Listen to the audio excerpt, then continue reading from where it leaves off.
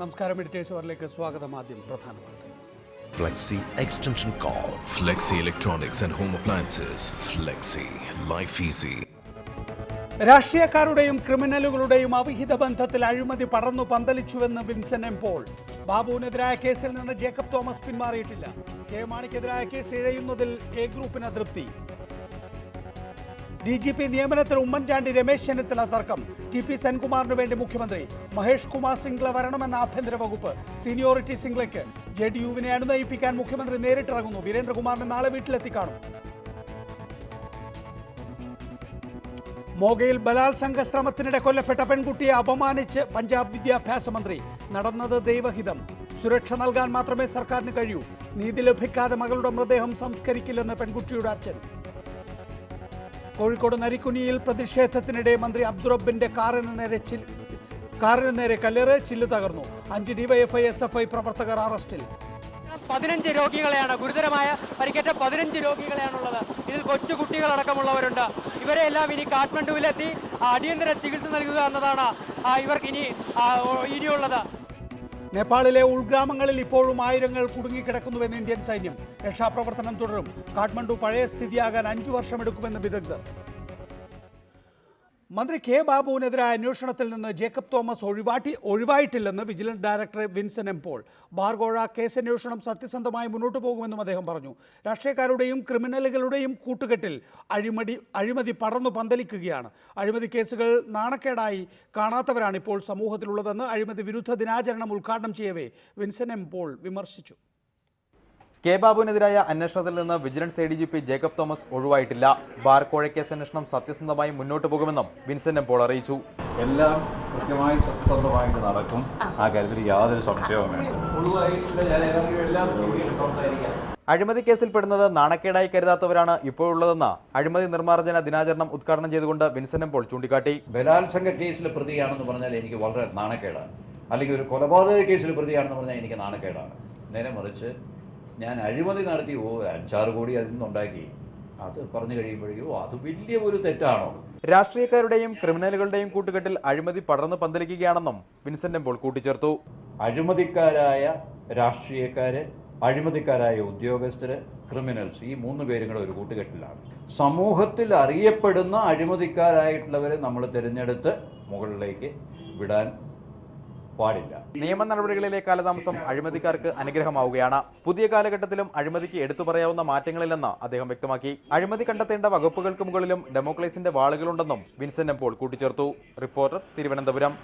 K ബാബുവിനെതിരായ ബാർകോഴ അന്വേഷിക്കുന്ന vigilance സംഘം കൊച്ചിയിൽ യോഗം ചേർന്നു. തിങ്കളാഴ്ച മുതൽ ബിജു രമേശ് അടക്കമുള്ളവരുടെ മൊഴിയെടുക്കാൻ അന്വേഷണ ഉദ്യോഗസ്ഥർ തീരുമാനിച്ചു. പ്രാഥമിക അന്വേഷണം നടത്തി എത്രയും പെട്ടെന്ന് റിപ്പോർട്ട് സമർപ്പിക്കാനാണ് SP KM ആന്റണിക്ക് ലഭിച്ചിരിക്കുന്ന നിർദ്ദേശം. മന്ത്രി കെ ബാബുവിനെതിരായ ബാർകോഴ ആരോപണത്തിലെ ക്വിക്ക് വെരിഫിക്കേഷൻ അടക്കമുള്ള കാര്യങ്ങൾ ഏത് രീതിയിൽ മുന്നോട്ട് കൊണ്ടുപോകണമെന്ന് തീരുമാനമെടുക്കുന്നതിനാണ് വിജിലൻസ് സംഘം യോഗം ചേർന്നത്. കെ ബാബുവിനെതിരായ കോഴാരോപണം അന്വേഷിക്കുന്നതിനായുള്ള വിജിലൻസ് ഡയറക്ടറുടെ കത്ത് ഇന്ന് രാവിലെ SP KM ആന്റണിക്ക് ലഭിച്ചു. പ്രാഥമിക അന്വേഷണം നടത്തി റിപ്പോർട്ട് സമർപ്പിക്കാനാണ് കത്തിൽ ആവശ്യപ്പെട്ടിരിക്കുന്നത്. വിജിലൻസിന്റെ Ernakulam unit DYSP TN Ramesh ആയിരിക്കും പ്രാഥമിക അന്വേഷണം നടത്തുക. തിങ്കളാഴ്ച മുതൽ ബിജു രമേശ് അടക്കമുള്ളവരുടെ മൊഴിയെടുക്കാൻ അന്വേഷണ സംഘം തീരുമാനിച്ചു. വേണ്ടിവന്നാൽ കെ ബാബുവിന്റെ മൊഴിയെടുക്കുമെന്നും വിജിലൻസ് ഉദ്യോഗസ്ഥർ അറിയിച്ചു. ബാർ ഉടമകളിൽ നിന്നും മന്ത്രി കെ ബാബു 10 കോടി രൂപ കോഴ വാങ്ങിയെന്നാണ് ആരോപണം. കൂടാതെ ബാർ ലൈസൻസ് പുതുക്കുന്നതിനുള്ള തുക 30 ലക്ഷത്തിൽ നിന്നും 23 ലക്ഷമാക്കാൻ മന്ത്രി കോഴ ആവശ്യപ്പെട്ടതായും ആക്ഷേപമുണ്ട്. റിപ്പോർട്ടർ, കൊച്ചി. ബാർകോഴ കേസിൽ കെ മാണിക്കെതിരായ അന്വേഷണം നീണ്ടുപോകുന്നു എന്ന അഭിപ്രായമുണ്ടെന്ന് KPCC vice president MM Hassan. ഇക്കാര്യം ആഭ്യന്തരമന്ത്രിയുടെ ശ്രദ്ധയിൽപ്പെടുത്തിയിട്ടുണ്ട്. വിജിലൻസ് സമയബന്ധിതമായി അന്വേഷണം പൂർത്തിയാക്കണം. ബിജു രമേശ് CPMന്റെ ചട്ടുകമായി പ്രവർത്തിക്കുകയാണ്. തെരഞ്ഞെടുപ്പ് വരെ വിഷയം സജീവമായി നിലനിർത്താനാണ് പ്രതിപക്ഷം ശ്രമിക്കുന്നതെന്നും MM ഹസൻ പറഞ്ഞു. ബിജു രമേശ് ഉന്നയിക്കുന്ന ആരോപണങ്ങൾ പരിശോധിക്കുന്ന വിജിലൻസ് സംഘം സമയബന്ധിതമായി അന്വേഷണം പൂർത്തിയാക്കണമെന്ന് MM ഹസൻ ആവശ്യപ്പെട്ടു. തെരഞ്ഞെടുപ്പ് വരെ വിഷയം സജീവമാക്കി നിലനിർത്താൻ പ്രതിപക്ഷം ശ്രമിക്കുകയാണ്. അവരുടെ കയ്യിലെ ചട്ടുകമായി ബിജു രമേശ് പ്രവർത്തിക്കുകയും ചെയ്യുന്നുണ്ട്. ബാർ കോഴ കേസിൽ KM മാണിക്കെതിരായ അന്വേഷണം അനിശ്ചിതമായി വൈകുന്നു എന്ന ആക്ഷേപം ഉയർന്നിട്ടുണ്ട്. ഇക്കാര്യം ആഭ്യന്തരമന്ത്രി രമേശ് ചെന്നിത്തലയുടെ ശ്രദ്ധയിൽപ്പെടുത്തിയിട്ടുണ്ടെന്നും ഹസൻ പറഞ്ഞു. ഇതിനെ രാഷ്ട്രീയ പ്രചരണമാക്കാൻ വേണ്ടി അന്വേഷണം നീണ്ടുപോകുന്നു എന്ന ഒരു അഭിപ്രായം നിലവിലുണ്ട്. അതുകൊണ്ട് ഞാൻ പറഞ്ഞതാണ്. പെടുത്തിയിട്ടുണ്ട്, അദ്ദേഹത്തിന്റെ ശ്രദ്ധയിൽപ്പെടുത്തിയിട്ടുണ്ട്. എക്സൈസ് മന്ത്രി കെ ബാബുവിനെതിരായ ആരോപണം സംബന്ധിച്ച് അന്വേഷണം പ്രഖ്യാപിച്ച സാഹചര്യത്തിൽ അത് നടക്കട്ടെ എന്ന് എം എം ഹസൻ പറഞ്ഞു. എന്നാൽ അന്വേഷണം വൈകാൻ പാടില്ല. കെ ബാബു ഞാൻ പൊതുവെ പറഞ്ഞാണ്, കെ ബാബുവിന്റെ ആരോപണം ഇപ്പോൾ ഉന്നയിച്ചു, അതിന് അന്വേഷണത്തിന് ഉത്തരവിട്ടിട്ടുണ്ടല്ലോ, അന്വേഷിക്കട്ടെ. ഒരു അന്വേഷണവും അണിസാറിൻ്റെതായാലും എക്സൈസ് മന്ത്രിയുടേതായാലും ഒരു അന്വേഷണവും അനന്തമായി നീട്ടിക്കൊണ്ട് പോകരുത്. KPCC വക്താവ് അജയ് തറയിൽ നടത്തിയ പ്രസ്താവനകൾ അദ്ദേഹത്തിന്റെ വ്യക്തിപരമായ അഭിപ്രായ പ്രകടനങ്ങൾ മാത്രമാണെന്നും അത് പാർട്ടി നിലപാടല്ലെന്നും എം എം ഹസൻ പറഞ്ഞു. റിപ്പോർട്ടർ, കൊച്ചി. ഈ വിഷയത്തിലുള്ളത് M M Hassan, KPCC vice president, doctor TM Thomas Isaac, CPM കേന്ദ്ര കമ്മിറ്റി അംഗം, സണ്ണി ജോസഫ് MLA, അഡ്വക്കേറ്റ് ജയശങ്കർ, ആന്റണി രാജു എന്നിവരാണ് വിവിധ സ്റ്റുഡിയോകളിൽ. ആദ്യം Shri M M Hassan, K മാണിക്കെതിരെ ക്വിക്ക് വെരിഫിക്കേഷനും FIR-ഉം അനാവശ്യമായിരുന്നു എന്ന ചിന്താഗതി പാർട്ടിയിലും സർക്കാരിലും ഉണ്ട് എന്നാണ് ഒരു ഘട്ടത്തിൽ മുഖ്യമന്ത്രി ഉമ്മൻചാണ്ടി പറഞ്ഞത്. ഇപ്പോൾ താങ്കൾ പറയുന്നു അത് നീട്ടിക്കൊണ്ടുപോകാനുള്ള ശ്രമം നടക്കുന്നു എന്ന്. എന്തുകൊണ്ടാണ് ഗവൺമെൻറ്റിൻ്റെ പൊതുവായ ചിന്തയ്ക്കപ്പുറത്തേക്ക് ഇങ്ങനെ കേസെടുക്കാനും അത് നീട്ടിക്കൊണ്ടുപോകാനുമുള്ള ശ്രമം ചില ഭാഗങ്ങളിൽ നിന്ന്, കോണുകളിൽ നിന്നുണ്ടാകുന്നത്? അങ്ങനെ ഞാൻ പറഞ്ഞിട്ടില്ല. ഞാനിന്ന് പ്രവർത്തകരോട് പറഞ്ഞത് പുതിയ പുതിയ ആരോപണം ഇൻസ്റ്റാൾമെന്റ് 2 ഇപ്പോൾ ബാർ ഉടമ വീണ്ടും കൊണ്ടുവന്ന് 5 മാസത്തിന് ശേഷം ഈ അന്വേഷണം നീട്ടിക്കൊണ്ടുപോയി ഇത് ലൈവായിട്ട് നിർത്തി രാഷ്ട്രീയമായ മുതലെടുപ്പ് നടത്താനുള്ള മാർക്സിസ്റ്റ് പാർട്ടിയുടെ ഗൂഢാലോചന അത് നടപ്പിലാക്കുകയാണ് ഈ ബാർ ഉടമ. അതുകൊണ്ട് സമയബന്ധിതമായി ഇത് അന്വേഷിക്കണം, അല്ലാതെ ഇങ്ങനെ അനന്തമായി നീട്ടിക്കൊണ്ടു പോകരുത് എന്നാണ് ഞാൻ പറഞ്ഞത്. ഇത് ഒരു രാഷ്ട്രീയ വിഷയമാക്കി ഉയർത്തിക്കൊണ്ടുവരാൻ ഒരു ബാർ ഉടമക്ക് കഴിഞ്ഞു എന്നാണോ പറയുന്നത്? അതെ, ഇതിപ്പോ ഈ ബാർ ഉടമ മാർക്സിസ്റ്റുകാരുടെ ഒരു ചട്ടുകമായിട്ടാണ് ഇപ്പൊ പ്രവർത്തിക്കുന്നത്. കാരണം അദ്ദേഹം ഒരു മാർക്സിസ്റ്റ് നേതാവിന്റെ വീട്ടിൽ വെച്ച് നടത്തിയ ഗൂഢാലോചനയിൽ പറഞ്ഞല്ലോ, നിങ്ങൾ എല്ലാ മന്ത്രിമാർക്കും എതിരെ ആരോപണം ഉന്നയിക്കേ, ഗവൺമെന്റിനെ താഴെ ഇറക്ക്, തിരിച്ചു വന്നാൽ ഞങ്ങൾ എല്ലാ ബാറുകളും പിന്നെ ഞങ്ങളെ നിങ്ങളെ സഹായിക്കാം. ആ ഉപദേശത്തിന്റെ അടിസ്ഥാനം, അല്ലെങ്കിൽ 1 കോടി രൂപയുടെ ആരോപണം ഉന്നയിച്ച ആള് 10 കോടി രൂപ 5 മാസം കഴിഞ്ഞാണ് ആരോപണം ഉന്നയിക്കുന്നത്. 1 കോടിയേക്കാൾ വലിയ എമൗണ്ട് അല്ലേ 10 കോടി. പക്ഷേ ശ്രീ എം എം ഹസൻ, ഇവിടെ ഒരു ക്വിക്ക് വെരിഫിക്കേഷൻ നടന്നു, അതിൽ കഴമ്പുണ്ട് എന്ന് കണ്ടിട്ടാണ് കെ എം മാണിക്കെതിരെ FIR ഇട്ടിരിക്കുന്നത്. ഇനിയിപ്പോൾ കുറ്റപത്രം സമർപ്പിക്കണോ എന്നത് സംബന്ധിച്ച ആലോചനയിലാണ് വിജിലൻസ് നിൽക്കുന്നത്. അങ്ങനെ വളരെ വേഗത്തിൽ തന്നെയാണ് വിജിലൻസ് കേസ് മുന്നോട്ട് പോകുന്നത് എന്നുള്ളത് താങ്കളുടെ ശ്രദ്ധയിൽപ്പെടുന്നില്ലേ? ഇന്ന് vigilance director Vinson M Paul തിരുവനന്തപുരത്ത് ഒരു പ്രസംഗം നടത്തിയിരുന്നു. അതിൽ അദ്ദേഹം സാധാരണഗതിയിൽ വിജിലൻസ് എടുക്കുന്ന സമയക്രമത്തെക്കുറിച്ച് ചൂണ്ടിക്കാണിക്കുന്നുണ്ട്. 4 വിജിലൻസ് കോടതികളാണ് ആകെ ഉള്ളത്. അവിടെ തന്നെ 1200 കേസുകളുണ്ട്. ഒരു കൊല്ലം 50 കേസുകൾ മാത്രമാണ് തീർപ്പാക്കാനാകുന്നത്. നിലവിലുള്ള 1200 കേസുകൾ തന്നെ തീർപ്പാക്കുന്നതിന് 25-30 കൊല്ലം വേണ്ടിവരുമെന്നാണ് വിൻസൻ എം പോൾ പറയുന്നത്. ഹൈക്കോടതിയിൽ പോയാൽ 10-15 കൊല്ലം വേറെ, സുപ്രീം കോടതിയിൽ പോയാൽ വേറെയും 10-15. അതായത് ഒരു മനുഷ്യായുസ് മുഴുവൻ കേസുമായി പോകുന്ന രീതിയാണ് വിജിലൻസിൻ്റേത് എന്നാണ് വിൻസൻ എം പോൾ പറയുന്നത്. പക്ഷേ ഈ കെ മാണിയെ സംബന്ധിച്ചിടത്തോളം അങ്ങനെയൊന്നുമില്ല, മാസങ്ങൾക്കുള്ളിൽ തന്നെ തീർപ്പാക്കാൻ കഴിയുകയാണ്. അപ്പോൾ രാഷ്ട്രീയക്കാർക്ക് ഒരു തരത്തിലും സാധാരണക്കാർക്ക് വേറൊരു തരത്തിലും എന്ന നിലയിലാണോ കേസ് നടക്കേണ്ടത്? അങ്ങനെയൊന്നും ഞാൻ പറഞ്ഞിട്ടില്ല. ഇതെല്ലാം താങ്കളുടെ വ്യാഖ്യാനമാണ്. ഈ മാധ്യമ വ്യാഖ്യാനങ്ങളൊന്നും താങ്കൾ വെറുതെ ഇങ്ങനെ ഒരു വ്യാഖ്യാനിച്ചുകൊണ്ട് വല്ല കാര്യമുണ്ടോ? ഞാൻ പറഞ്ഞത് ഇത് ക്വിക്ക് വെരിഫിക്കേഷനിലെ കഴമ്പുണ്ടെന്ന് നിങ്ങളോട് ആര് പറഞ്ഞു? നിങ്ങൾ നിഗമനത്തിലെത്തുക, വെരിഫിക്കേഷൻ നടത്തി അന്വേഷണം നടക്കുകയല്ലേ. ആ അന്വേഷണത്തില് അതിനുശേഷം 5 മാസം കഴിഞ്ഞപ്പോൾ ഇതാ വീണ്ടും ഒരു പുതിയ ആരോപണം, അത് വീണ്ടും അന്വേഷിക്കുന്നു. അപ്പൊ ഈ ബാറുടമയുടെ അദ്ദേഹത്തിന് ബാറുകൾ നഷ്ടപ്പെട്ടു, അതിന്റെ പേരിലുള്ള ആ വൈരാഗ്യത്തിന് അവരുന്നയിക്കുന്ന ആരോപണങ്ങൾ ഇങ്ങനെ അനന്തമായ അന്വേഷണം, അതിനൊരു രാഷ്ട്രീയ ഉദ്ദേശമുണ്ട്. ഇത് നീട്ടിക്കൊണ്ടുപോയി ഇതൊരു ലൈവായിട്ട് നിർത്തുക, അതിനെ ഇടവരുത്തുന്ന അവരുടെ രാഷ്ട്രീയ ഉദ്ദേശത്തിനനുസരിച്ച് ഒരിക്കലും അങ്ങനെ ഒരു സമയം നീണ്ടുപോകുന്ന ഒരവസ്ഥ ഉണ്ടാവരുത്. അതുകൊണ്ട് ഇക്കാര്യം അന്വേഷിക്കണം. അതാണ് എന്നാണ് സമയം ഞാൻ പറഞ്ഞത്. നീട്ടിക്കൊണ്ടുപോയി ഇക്കാര്യത്തിൽ ഒരു രാഷ്ട്രീയ ലാഭം ഉണ്ടാക്കാൻ ആരും ശ്രമിക്കേണ്ടതില്ല എന്നുള്ളതാണ്. ഇവിടെ രമേശ് ചെന്നിത്തല ലാഭമോ നഷ്ടമോ എന്നല്ല, രാഷ്ട്രീയ മുതലെടുപ്പിലാണ് ശ്രമിക്കുന്നത്. ഇവിടെ രമേശ് ചെന്നിത്തല ഈ അന്വേഷണങ്ങൾ ഉപയോഗിച്ച് രാഷ്ട്രീയ മുതലെടുപ്പിന് ശ്രമിക്കുന്നുണ്ടോ? ആദ്യം മാണിക്കെതിരെ ഒരു ക്വിക്ക് വെരിഫിക്കേഷൻ രമേശ് ചെന്നിത്തല തന്നെയാണ് ഉത്തരവിട്ടത് എന്നോർക്കണം. പിന്നീട് അത് FIR-ലേക്ക് നീങ്ങുന്നു. ഇങ്ങനെ നീങ്ങുന്നു എന്ന് മാത്രമല്ല, ഇത്തരം രാഷ്ട്രീയ അന്വേഷണങ്ങൾ നടത്തി സർക്കാരിന്റെ കടിഞ്ഞാൺ രമേശ് ചെന്നിത്തല ഏറ്റെടുക്കാൻ ശ്രമിക്കുന്നുണ്ടോ? അതുവഴി നേതൃമാറ്റം വരെ രമേശ് ചെന്നിത്തല ഉന്നയിക്കുന്നു എന്നാണ് പത്രവാർത്ത. പത്രവാർത്തയിലൊന്നും കാര്യമില്ല. ഞാൻ പത്രവാർത്തയ്ക്കൊന്നും മറുപടി പറയാൻ ആഗ്രഹിക്കുന്നില്ല. ഞാൻ പറഞ്ഞത് ഇതൊന്നും മന്ത്രി ആവശ്യപ്പെട്ടാലും അന്വേഷിക്കുന്നത് ഏജൻസിയാണ്. അതുകൊണ്ട് ആ അന്വേഷണ ഏജൻസി അതിനെ സ്പീഡപ്പ് ചെയ്യണം.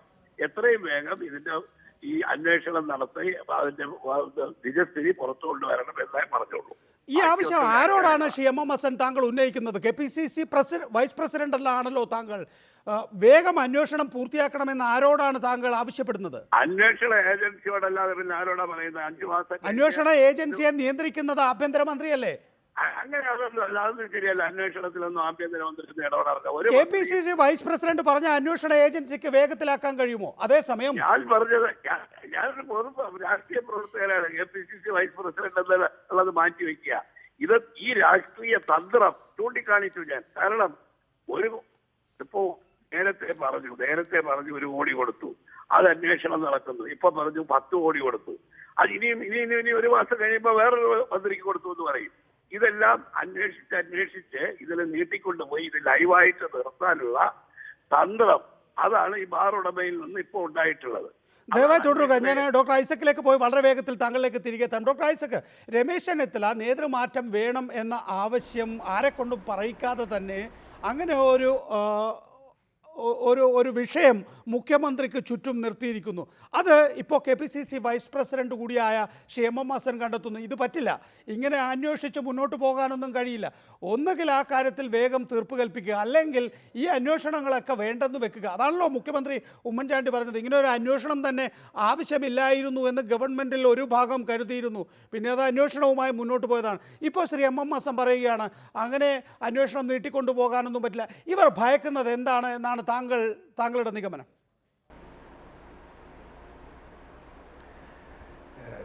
M.M. ഹസൻ്റെ ആഗ്രഹം കേസ് വേഗം തീരണമെന്ന് മാത്രമല്ല, എത്രയും പെട്ടെന്ന് ഇവരെ കുറ്റവിമുക്തനാക്കണമെന്നുള്ളതാണ്. ഇതാണ് കേസ്. അല്ല എത്രയും പെട്ടെന്ന് സത്യം കണ്ടുപിടിച്ച് പറയാനാണോ? അല്ല. യഥാർത്ഥത്തിൽ പ്രതിപക്ഷമാണ് പറഞ്ഞുകൊണ്ടിരുന്നത് ഈ ക്വിക്ക് വെരിഫിക്കേഷൻ ഇത്ര സമയത്തിൻ്റെ ആവശ്യമില്ല. അതല്ല, കോടതി വിധികളെക്കുറിച്ച് നടത്തുന്ന തർക്കം ഓർമ്മയുണ്ടല്ലോ. ഇത് കൂടുതൽ സമയം 45 ദിവസം വരെ എടുക്കാം, ആ സമയത്തിനുള്ളിൽ ഞങ്ങൾ നൽകും എന്ന് പറയുകയും പ്രതിപക്ഷം നീട്ടിക്കൊണ്ടുപോകാൻ ശ്രമിക്കുന്നു എന്ന് അങ്ങോട്ട് ആരോപണം പറയുകയും ചെയ്തതാണ്. ഇപ്പം ഹസൻ പറയുന്നത് ഇത് എത്രയും പെട്ടെന്ന് തീർക്കണം. കാരണം വെച്ചാൽ പുതിയ ആരോപണങ്ങൾ വരുന്നു. ഇങ്ങനെ ആരോപണങ്ങൾ വന്നുകൊണ്ടിരുന്നാൽ അതിനൊക്കെ മറുപടി പറയാൻ എന്താ ബാധ്യത? എത്ര നാൾ വേണം ഹസൻ? എത്ര മാസത്തിനുള്ളിൽ ആരോപണം വന്നാലേ അത് നിങ്ങൾ ഗൗരവമായിട്ടെടുക്കൂ? 1 മാസം, 2 മാസം, 5 മാസം, എത്ര മാസമാണ്? അങ്ങനെ എന്തെങ്കിലും മാസം കാലപരിധി വെക്കാൻ പറ്റുമോ? എത്ര വൈകിയാലും ഒരു അഴിമതി നടന്നു, അഴിമതിയെക്കുറിച്ച് തെളിവ് വന്നു കഴിഞ്ഞാൽ പരിശോധിക്കണം. യഥാർത്ഥത്തിൽ ഹസൻ്റെ ഉന്നം അന്വേഷണ ഏജൻസിയെ ഭീഷണിപ്പെടുത്തി തങ്ങൾക്ക് അനുകൂലമായ റിപ്പോർട്ട് വരുത്താനുള്ള ശ്രമത്തിന്റെ ഭാഗമാണ് ഇത്തരത്തിലുള്ള വിരട്ടലുകളെല്ലാം. രമേശ് ചെന്നിത്തലയല്ലേ ആഭ്യന്തരമന്ത്രി? ശ്രീ ആന്റണി രാജു, അങ്ങനെ ഒരു ഉദ്ദേശം M.M. ഹസൻ ഉണ്ടോ? ഇപ്പോൾ സംസ്ഥാന പോലീസ് മേധാവിയെ തിരഞ്ഞെടുക്കുന്നതിനുള്ള സമയമാണ്. ഈ വിജിലൻസ് DGP അടക്കം സ്ഥാനാർത്ഥികളാണ്. അങ്ങനെ ഇരിക്കുന്ന ഘട്ടത്തിൽ വിജിലൻസ് DGPയോട് ഞങ്ങൾ പറയുന്നത് പോലെ പോയിട്ടില്ലെങ്കിൽ, മാണിയുടെ കാര്യത്തിൽ തന്നെയാണ് ആ ഭീഷണി പ്രധാനമായും നിലവിലുള്ളത്. കാരണം ബാബു അപ്രസക്തനാണ്. ബാബു രാജിവെച്ച വേറെ കോൺഗ്രസ് മന്ത്രിയെ വെച്ച് അവിടെ കോമ്പൻസേറ്റ് ചെയ്യാം. പക്ഷേ മാണിയെ കൊണ്ട് രാജിവെപ്പിക്കുന്ന അവസ്ഥ മന്ത്രിസഭയെ താഴെയിടുമെന്നറിയുന്നയാളാണ് ശ്രീ M.M. ഹസൻ. അങ്ങനെ ഇരിക്കുമ്പോൾ ഡോക്ടർ ഐസക് ചൂണ്ടിക്കാണിച്ചതുപോലെ വിജിലൻസ് DGPയെ തന്നെ ഭീഷണിപ്പെടുത്തി വേഗം ഇത് വൈൻഡപ്പ് ചെയ്യണം എന്ന ആവശ്യമാണോ കോൺഗ്രസ് ഉന്നയിക്കുന്നത് നിങ്ങളുടെ സഹകരണത്തോടെ? ശ്രീ M.M. ഹസൻ തന്നെ പറഞ്ഞു കഴിഞ്ഞാൽ ഒരു പൊതുപ്രവർത്തനം എന്നുള്ള നിലയിൽ രാഷ്ട്രീയമായ മുതലെടുപ്പ് ഇതിൻ്റെ പേരിൽ ആരും നടത്താതിരിക്കാൻ, മാത്രമല്ല സമൂഹത്തിൻ്റെ ഇടയിൽ ഈ ഉയർന്നു വന്നിരിക്കുന്ന ആരോപണത്തെക്കുറിച്ചുള്ള നിജസ്ഥിതി ജനങ്ങളെ ബോധ്യപ്പെടുത്താൻ കാലവിളംബം കൂടാതെ അന്വേഷണം പൂർത്തിയാക്കണമെന്ന് പറയുന്നതിൽ അതിന് സംശയദൃഷ്ടിയോടെ കാണേണ്ട കാര്യം എന്താ? അതുമാത്രമല്ല, അങ്ങനെ ആരെങ്കിലും പറഞ്ഞാൽ അതിനനുസരിച്ച് അന്വേഷണ ഉദ്യോഗസ്ഥന്മാർ ആ വഴിക്ക് അന്വേഷണം നടത്തി പൂർത്തിയാക്കുമെന്ന് ആരെങ്കിലും തെറ്റിദ്ധരിക്കുന്നുണ്ടോ? ഇവിടെ ഇതുപോലുള്ള ആരോപണങ്ങളുടെ പിന്നിൽ അന്വേഷണ ഉദ്യോഗസ്ഥന്മാരെക്കാൾ വളരെ ജാഗ്രതയോടുകൂടി മാധ്യമങ്ങൾ നിൽക്കുന്നുണ്ട്. അതിനേക്കാൾ വളരെ ശ്രദ്ധയോടുകൂടി കോടതിയുടെ നിരീക്ഷണങ്ങളുണ്ട്. ഈ സംവിധാനങ്ങളെല്ലാം ഉള്ളപ്പോൾ ഒരു അന്വേഷണ ഉദ്യോഗസ്ഥൻ്റെ ഇഷ്ടാനുസരണം അല്ലെങ്കിൽ രാഷ്ട്രീയ ഇടപെടലിൻ്റെ കാരണത്താൽ ഏതെങ്കിലും ഒരു രീതിയിൽ അന്വേഷണം വഴിതിരിച്ചുവിടാമെന്ന് ആരെങ്കിലും കരുതിയാൽ അതിനെ ന്യായീകരിക്കാൻ ഇവിടെ ശ്രീ ആന്റണി രാജു, കാലവിളംബം ആരാണ് ആവശ്യപ്പെടുന്നത്? ഇന്നിപ്പോ പ്രതിപക്ഷ നേതാവ് ശ്രീ വി എസ് അച്യുതാനന്ദൻ തന്നെ ഒരു വാർത്താക്കുറിപ്പ് പുറത്തിറക്കിയിട്ടുണ്ട്. അവിടെ അദ്ദേഹം പറയുന്നത് ലളിതകുമാരി വിധിയിൽ പോലും 15 ദിവസമേ ആവശ്യപ്പെടുന്നുള്ളൂ, പിന്നെ നിങ്ങൾ എന്തിനാണ് 45 ദിവസം കെ ബാബുവിന് കൊടുക്കുന്നത് എന്നാണ്. മാത്രമല്ല, നിയമപരമായ വിലയിരുത്തൽ ലളിതകുമാരി വിധിയുടെ അടിസ്ഥാനത്തിൽ QV പോലും ആവശ്യമില്ല, നേരിട്ട് FIR ഇടുകയാണ് വേണ്ടത് എന്നാണ്. ഞാൻ പറയുന്നത് ഇവിടെ മുഖ്യമന്ത്രിയും MM ഹസനും ഇക്കാര്യത്തിൽ അന്വേഷണം നടത്താതിരിക്കുക എന്നുള്ളതായിരുന്നു ആവശ്യം. ഇനി നടത്തുകയാണെങ്കിൽ തന്നെ പെട്ടെന്നത് വൈൻഡപ്പ് ചെയ്യാനുള്ള രാഷ്ട്രീയ ഉത്തരവാദിത്വം 73 അംഗങ്ങളുടെ പിന്തുണ മാത്രമുള്ള UDF സർക്കാരിലെ ആഭ്യന്തരമന്ത്രിക്കുണ്ട് എന്നാണ്. പക്ഷേ രമേശ് ചെന്നിത്തല അതല്ല ചെയ്യുന്നത്. രമേശ് ചെന്നിത്തല ഇതിങ്ങനെ നീട്ടി കൊണ്ടുപോയി പത്രങ്ങളിൽ നേതൃമാറ്റം വേണമെന്ന ആവശ്യം വരെ ഉന്നയിച്ചുകൊണ്ട് മുഖ്യമന്ത്രിയിൽ സമ്മർദ്ദം ചെലുത്തുകയാണ്. ഘടകകക്ഷികൾ പോകുന്നു എന്ന തോന്നലുണ്ടാകുമ്പോൾ അവരുടെ വീട്ടിലേക്ക് പോയി അവരെ സാന്ത്വനിപ്പിക്കാനും രമേശ് ചെന്നിത്തലയുടെ ഐ ഗ്രൂപ്പ് എന്ത് സമ്മർദ്ദമാണ് ഉണ്ടാക്കാൻ പോകുന്നത് എന്നുള്ളത് ആ നിലയിൽ പരിശോധിക്കാനും കഴിയുന്ന വിധത്തിൽ വലിയ ചക്രവ്യൂഹത്തിൽ പെട്ടിരിക്കുകയാണ് മുഖ്യമന്ത്രി. അതാണ് ഇന്ന് MM ഹസൻ പറഞ്ഞത്. ആ നിലയിൽ കാര്യങ്ങൾ പുരോഗമിപ്പിക്കുന്നത് കോൺഗ്രസിലെ ഈ ചക്കളത്തി പോരാട്ടമാണ്. അത് പരിഹരിക്കപ്പെടണം. ഇങ്ങനെ കളിക്കാൻ പാടില്ല രമേശ് ചെന്നിത്തല എന്നാണ് MM ഹസൻ ആവശ്യപ്പെട്ടത്. ആ രാഷ്ട്രീയ സന്ദേശം മനസ്സിലാക്കുന്നില്ലേ കേരള കോൺഗ്രസ് എം? ഒരിക്കലും ഞങ്ങൾ അങ്ങനെ ഒരു നെഗേഷൻ്റെ വ്യാഖ്യാനത്തോടൊന്നും അഭിപ്രായത്തോടൊന്നും ഞങ്ങൾക്ക് യോജിപ്പില്ല. കാരണം ഈ കേസിൻ്റെ അന്വേഷണത്തിൻ്റെ പുരോഗതി കോടതി വിലയിരുത്തിക്കൊണ്ടിരിക്കുമ്പോൾ മെയ് 5-ാം തീയതി ചൊവ്വാഴ്ച വിജിലൻസ് കോടതിയിൽ ഈ കേസ് വെച്ചിരിക്കുകയാണ്. ആ കോടതി പറഞ്ഞിരിക്കുന്നത് മെയ് 5-ന് ഈ കേസിൻ്റെ അന്വേഷണ പുരോഗതി വെളിപ്പെടുത്തണം, എത്ര നാളുകൾക്ക് കേസ് അന്വേഷണം പൂർത്തിയാക്കാൻ കഴിയും എന്നൊക്കെ. അപ്പം ഞാൻ ഒരു വിധത്തിൽ ഈ കേസിൻ്റെ അന്വേഷണത്തിൻ്റെ നിരീക്ഷണം, മേൽനോട്ടം കോടതി ഏറ്റെടുത്തിരിക്കുമ്പോൾ മുഖ്യമന്ത്രിയോ MM ഹസനോ മറ്റേതെങ്കിലും മന്ത്രിയോ വിചാരിക്കുന്ന തരത്തിൽ അതിനെ നീട്ടിക്കൊണ്ടുപോകാനോ കുറുക്കിക്കൊണ്ടുപോകാനോ കഴിയില്ല. ഒരു വിജിലൻസ് അന്വേഷണത്തിന് അതിൻ്റെ അന്വേഷണത്തിന് നടപടികൾ പൂർത്തിയാക്കേണ്ട മാനുവലിൽ പറയുന്ന ചട്ടങ്ങളുണ്ട്, നടപടിക്രമങ്ങളുണ്ട്. അത് പൂർത്തിയാക്കാതെ ഒരു ഫൈനൽ റിപ്പോർട്ട് ഒരു കേസിലും കൊടുക്കാൻ കഴിയില്ല. ഇവിടെ നേരത്തെ നികേഷ് പറഞ്ഞ ഈ ലളിതകുമാരി കേസിൻ്റെ കാര്യം പറഞ്ഞിട്ട് VS അച്യുതാനന്ദൻ പറഞ്ഞ കാര്യം അടിസ്ഥാനരഹിതമാണ്. കാരണം എൻ്റെ ബഹുമാന സുഹൃത്ത് അഡ്വക്കേറ്റ് ജയശങ്കർ എന്നെക്കാൾ കൂടുതൽ നിയമപരിജ്ഞാനം ഉണ്ടെന്നാണ് ഞാൻ മനസ്സിലാക്കുന്നത്. ലളിതകുമാരി കേസിൽ പലതരം കേസുകളെ എങ്ങനെയാണ് FIR എടുക്കേണ്ടതെന്നും അന്വേഷണം നടത്തേണ്ടതെന്നും വ്യാഖ്യാനിക്കുകയാണ്. അതിൽ എനിക്ക് തോന്നുന്നു അഴിമതി കേസുകളുടെ കാര്യത്തിൽ Sirajuddin versus state of Madras എന്നുള്ള കേസിന്റെ വിശദീകരണം അല്ലെങ്കിൽ അതിന്റെ ഫൈൻഡിങ്സ് ആണ് അഴിമതി കേസുകളുടെ കാര്യത്തിൽ പാലിക്കേണ്ടതെന്നാണ് ഈ ഫുൾ ബെഞ്ച് തന്നെ വിധിച്ചിരിക്കുന്നത്.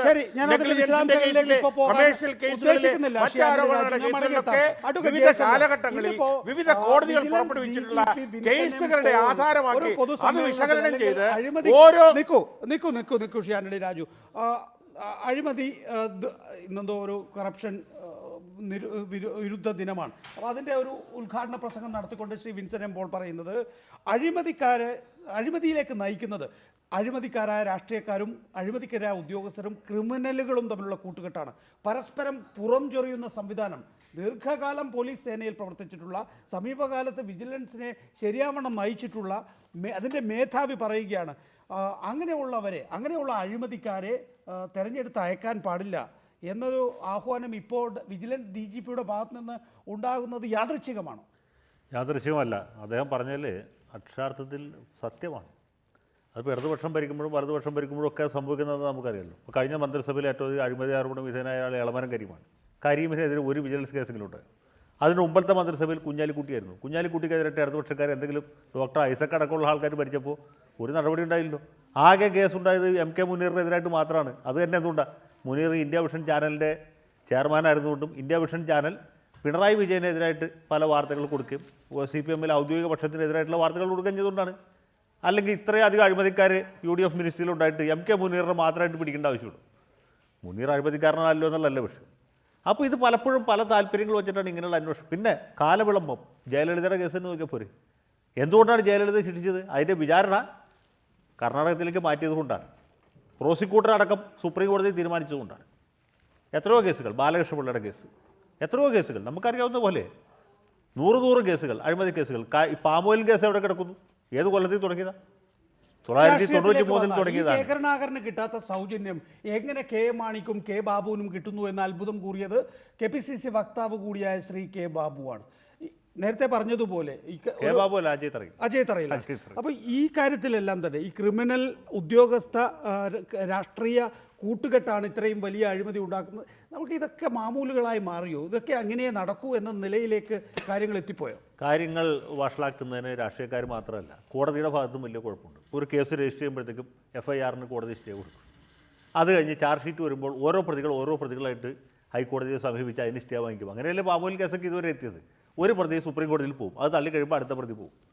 ഇത് കോടതിയുടെ ഭാഗത്ത് ഒരു ജാഗ്രത എനിക്കെതിരെ ഇങ്ങനെ സംഭവിക്കില്ല, അഴിമതി കേസുകളിൽ സ്റ്റേ കൊടുക്കില്ല എന്നൊരു നോം ഉണ്ടാക്കിയ പ്രശ്നം തീർന്നു. ഇത് സണ്ണി ജോസഫ് വക്കീലായിട്ട് പ്രാക്ടീസ് ചെയ്തിട്ടുള്ള അദ്ദേഹത്തിന് അറിയാം എങ്ങനെ അഴിമതി കേസുകൾ ഇങ്ങനെ വർദ്ധിക്കുന്നത്.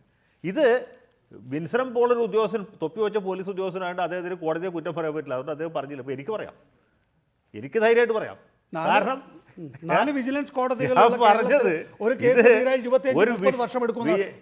നികേഷ് ഒരു വിഷ്യസ് സർക്കിളാണ്. അതാണ് സംഭവിച്ചുകൊണ്ടിരിക്കുന്നത്. ഇപ്പോൾ ഇന്ന കേസിൽ ഇടതുപക്ഷക്കാർ ഭരിക്കുമ്പോൾ പലതും ഇനി BJPക്കാർ ഭരിച്ചാലും ഏത് പാർട്ടി ഭരിച്ചാലും നടക്കുന്നത് ഇത് തന്നെയാണ്. അഡ്വക്കേറ്റ് സണ്ണി ജോസഫ് ഇന്ന് MMSN കൊച്ചിയിൽ വാർത്താ സമ്മേളനം നടത്തിയിരുന്നു. ഇങ്ങനെ കേസ് അന്വേഷണം നീട്ടിക്കൊണ്ടു പോകാൻ പറ്റില്ല. ബിജു രമേശ് CPMവുമായി ഗൂഢാലോചന നടത്തി അടുത്ത പഞ്ചായത്ത് തെരഞ്ഞെടുപ്പോടുകൂടി ഈ വിഷയം ഉയർത്തി. ഇതിപ്പോൾ ഒരു രാഷ്ട്രീയ വിഷയമായിരിക്കുന്നു എന്നാണ് MMSN പറയുന്നത്. ആ രാഷ്ട്രീയ വിഷയം അങ്ങനെ നിലനിർത്താൻ കഴിയില്ല എന്നാണ് മുഖ്യമന്ത്രി മുമ്പ് പറഞ്ഞത്. ഓർമ്മയുണ്ടല്ലോ, ഇങ്ങനെ ഒരു അന്വേഷണമേ വേണ്ടിയിരുന്നില്ല എന്ന് ഞങ്ങളിൽ ചിലർക്ക് അഭിപ്രായമുണ്ടായിരുന്നു. അതിൽ നിന്ന് വ്യത്യസ്തമായിട്ടാണ് അന്വേഷണവുമായി ആഭ്യന്തരമന്ത്രി മുന്നോട്ട് പോയിട്ടുള്ളത്. ഇതിപ്പോൾ നീട്ടിക്കൊണ്ടുപോകുന്നതിലും മുഖ്യമന്ത്രിയുടെ സന്തത സഹചാരിയായ MMSN പ്രതിഷേധം പ്രകടിപ്പിച്ചു. രമേശ് ചെന്നിത്തല എന്താണ് ഈ കേസ് ഇങ്ങനെ നീട്ടിക്കൊണ്ടുപോകുന്നതിലൂടെയും കേസ് എടുക്കുന്നതിലൂടെയും ഉദ്ദേശിക്കുന്നത്? ഇല്ലില്ല, അതിൽ പ്രത്യേകിച്ച് രമേശ് ചെന്നിത്തല എന്തെങ്കിലും ഉദ്ദേശിക്കുമോ? അതിനും അദ്ദേഹത്തിൻ്റെതായ എന്തെങ്കിലും പങ്കാളിത്തമല്ല. ഇത് പോലീസ് വകുപ്പാണ്, അന്വേഷണം നടത്തുന്ന ഉദ്യോഗസ്ഥരാണ്. അവർ ഈ കാര്യത്തിൽ കുറേ കൂടെ സ്പീഡി ഡിസ്പോസൽ, എൻക്വയറി ഒന്ന് കൺക്ലൂഡ് ചെയ്യാനെങ്കിലും ഉണ്ടാകണം. ഇപ്പോൾ 6 മാസമായി ഈ ഒരു കേസ്. എൻ്റെ സാറേ, ഇന്ന് vigilance director Vinson M Paul പറയുന്നത് സാധാരണഗതിയിൽ ഒരു വിജിലൻസ് കേസ് തീർപ്പാകാൻ 15 മുതൽ 25 വരെ കൊല്ലമെടുക്കുമെന്നാണ്. മാണിയുടെ കാര്യത്തിൽ പരമാവധി വേഗത്തിലാണ് പോയിക്കൊണ്ടിരിക്കുന്നത്. അത് തന്നെയല്ലേ ഈ ജസ്റ്റിസ് ഡിലൈഡ്, ജസ്റ്റിസ് ഡിനൈഡ്. അതിപ്പോൾ നിങ്ങൾക്ക് ഒരു രീതിയിലും സാധാരണക്കാരനോ അല്ലെങ്കിൽ സാധാരണ ഉദ്യോഗസ്ഥർക്ക് വേറൊരു രീതിയിലും എന്ന നിലയിൽ പോകാൻ കഴിയും. ഇവിടെ എന്താ ജയശങ്കർ വക്കീൽ പറഞ്ഞ ആശങ്ക എന്താ? ഒരു സത്യാവസ്ഥ തന്നെയാണ്, ഞാൻ എഗ്രി ചെയ്യുന്നതാണ്. ഈ കേസുകളിലൊന്നും ശിക്ഷയുണ്ടാകുന്നില്ല. ഈ കേസുകളെല്ലാം ഞാനിതിന് ഈ കേസിൻ്റെ സാങ്കേതികത്വത്തിലേക്ക് പോകാൻ താല്പര്യപ്പെടുന്നേ ഇല്ല. രമേശ് ചെന്നിത്തല ഉന്നം വെക്കുന്നത് ഉമ്മൻചാണ്ടിയുടെ തലയാണോ? മാതൃഭൂമി ദിനപത്രത്തിലൊരു വലിയ വെണ്ടക്ക അക്ഷരത്തിൽ ഹെഡ്ലൈൻ വന്നത് ഓർമ്മയുണ്ടല്ലോ. എന്താണ്? നേതൃമാറ്റം ഐ ഗ്രൂപ്പ് ആവശ്യപ്പെടാൻ പോകുന്നു എന്നാണ്. നേതൃമാറ്റം ആവശ്യപ്പെടാൻ ഞങ്ങൾ തയ്യാറാണ്, രമേശ് ചെന്നിത്തല ഒന്ന് ഉഷാറായി നിന്ന് തന്നാൽ മതിയെന്ന് പറയുന്ന ഐ ഗ്രൂപ്പുകാർ എത്രയോ ഉണ്ട്. ഇല്ല, അങ്ങനെ ചിന്തിക്കുന്നില്ല. രമേശ് ചെന്നിത്തല തന്നെ ഇത് മാധ്യമ സൃഷ്ടിയാണെന്ന് ഞാൻ പറയേണ്ടി വരുന്നു. കാരണം രമേശ് ചെന്നിത്തല അതിനെ വളരെ വ്യക്തമായിട്ട് അടുത്ത ദിവസങ്ങളിൽ അതിനെ സംബന്ധിച്ച് ക്ലാരിഫൈ ചെയ്തിട്ടുണ്ട്. നേതൃമാറ്റം അജണ്ടയിലില്ല, എന്നാൽ തെറ്റുകൾ തിരുത്തണം. വളരെ അതെങ്ങനെയാണ് വേണ്ടത്? ചില കാര്യങ്ങളിൽ UDFനെ സംബന്ധിച്ച് ചില നയങ്ങളിലും പരിപാടികളിലും ഒക്കെ തെറ്റുകൾ തിരുത്തേണ്ടത്. നിങ്ങൾക്കത് സ്വീകാര്യമാണോ? അതായത് സാധാരണഗതിയിൽ UDF സർക്കാരിൻ്റെ അവസാന വർഷത്തിൽ ഈ നിലയിലൊരു തെറ്റ് തിരുത്തലുണ്ട്. തെറ്റ് തിരുത്തൽ എന്ന് പറയുമ്പോൾ ആദ്യം തെറ്റ് തിരുത്തണമെന്ന് ആവശ്യം വരും, പിന്നെ ശൈലി മാറ്റം വേണമെന്ന് ആവശ്യം വരും, പിന്നെ പുനഃസംഘടന വേണമെന്ന് ആവശ്യം വരും, പിന്നെ തല തന്നെ മാറണമെന്ന് ആവശ്യം വരും, പിന്നെ തല മാറിയാൽ പോരാ, തലയും ഒപ്പമുള്ള എല്ലാ തലകളും മാറണമെന്ന് ആവശ്യം വരും. പോകാനുള്ള ന്യൂമറിക്കൽ സ്ട്രെങ്ത് ഞങ്ങൾക്കില്ല. ഈ മന്ത്രി ഞങ്ങൾക്ക് തന്നെ അറിയാം. രാഷ്ട്രീയം കാണാതെ ഞങ്ങൾ കോൺഗ്രസിന് ആസ് എ ഹോൾ. കോൺഗ്രസിന് എന്താണ് ഇപ്പോൾ കുഴപ്പം? ഇല്ല, ഇത് വളരെ വളരെ വെല്ലുവിളികളെ നേരിട്ട് തന്നെ മുന്നോട്ട് പോകുന്ന. സണ്ണി ജോസഫ് മനസ്സ് തുറക്കും. ന്യൂമറിക്കൽ സ്ട്രെങ്ത് താങ്കൾക്കില്ല എന്ന് പറയുമ്പോൾ എന്താണ് ഉദ്ദേശിക്കുന്നത്? അതായത് ഈ ഗവൺമെന്റ് അധികാരത്തിൽ വരുമ്പോൾ 2 MLA-മാരുടെ ഭൂരിപക്ഷമാണ്. ഇപ്പോൾ 73 ഉണ്ട്. ഇപ്പോഴും ഞങ്ങൾക്ക് ചില പ്രതിസന്ധികളുണ്ട്. 73 ഞങ്ങൾക്ക് ഗണേശ് ഇല്ല, ഞങ്ങൾക്ക് കാർത്തികന്റെ വേക്കൻസി അവിടെ കിടക്കാണ്. PC ജോർജ് എവിടെയെന്ന് നിങ്ങൾക്കറിയാം, നമുക്കെല്ലാവർക്കും അറിയാം. ഞങ്ങളെ സംബന്ധിച്ച് ഞങ്ങളൊരു ഇന്നർ ഫൈറ്റിങ്ങിൽ പ്രതിസന്ധി ഉണ്ടാക്കാൻ ഞങ്ങൾ ആരും ആഗ്രഹിക്കുന്നില്ല. ഡോക്ടർ ഐസക്, കുറെ കൂടി ശക്തമായ അല്ലെങ്കിൽ നിങ്ങളുടെ ദൗർബല്യം കൊണ്ട് ഐക്യമുള്ള ഒരു മുന്നണിയായി തങ്ങൾ മാറിയിരിക്കുന്നു എന്നാണ് സണ്ണി ജോസഫിൻ്റെ വാദം.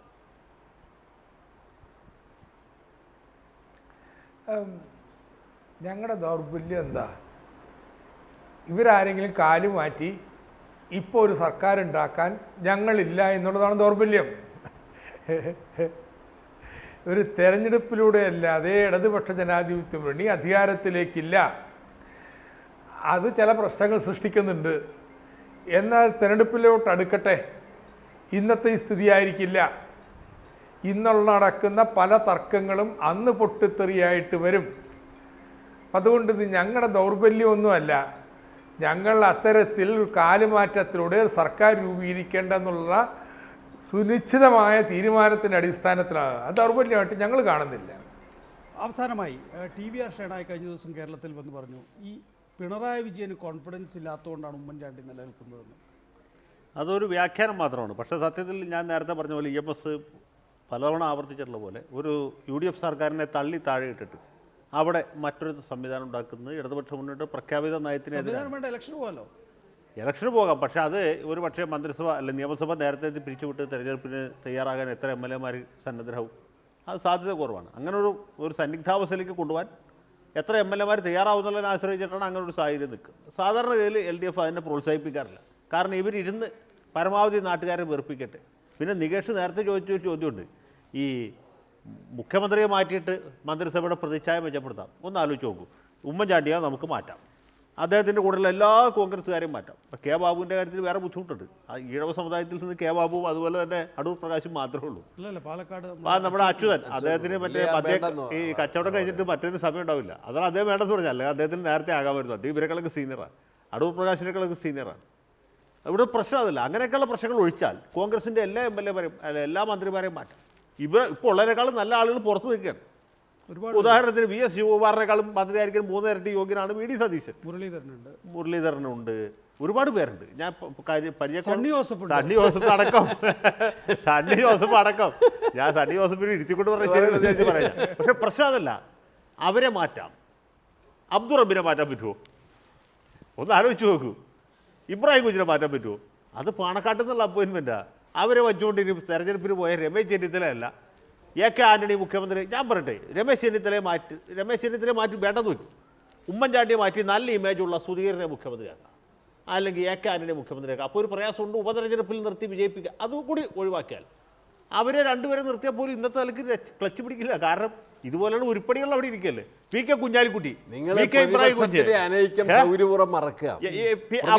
നേതാവിന് പാർട്ടി പരിപാടികളിൽ പാർട്ടി യോഗത്തിൽ പങ്കെടുക്കാൻ സാധിക്കാത്ത പ്രതിപക്ഷ അപ്പുറത്ത് നിൽക്കുന്നത്. VS അച്യുതാനന്ദന് CPM-ന്റെ ഒരു കമ്മിറ്റിയിലും പ്രാതിനിധ്യം ഇല്ലാത്ത സ്റ്റേറ്റ് കമ്മിറ്റിയിൽ നിന്ന് ഇറങ്ങിപ്പോകേണ്ട, സംസ്ഥാന സമ്മേളനത്തിൽ നിന്ന് ഇറങ്ങിപ്പോകേണ്ട, അഖിലേന്ത്യാ സമ്മേളനത്തിൽ സംബന്ധിക്കുമോ എന്ന് ആശങ്കയുള്ള ഒരു സാഹചര്യം പ്രതിപക്ഷത്ത് മാർക്സിസ്റ്റ് പാർട്ടിയിൽ നിൽക്കുകയാണ്. മാത്രമല്ല, ഇതുണ്ടാക്കാൻ ഇനി ഭാവിയിൽ ഉണ്ടാക്കാൻ പോകുന്ന ഡാമേജിനെ കുറിച്ച് ആർക്കും പറയാൻ കഴിയില്ല. അതുകൊണ്ടാണ് ഞാൻ ഈ ഒരു വർഷത്തെ റിസ്കിനെ കുറിച്ച് വളരെ നന്ദി. ഈ ചർച്ചയിൽ പങ്കെടുത്തതിന് ആന്റണി രാജു, അഡ്വക്കേറ്റ് ജയശങ്കർ, തോമസ് ഐസക്, സണ്ണി ജോസഫ്, MM ഹസൻ.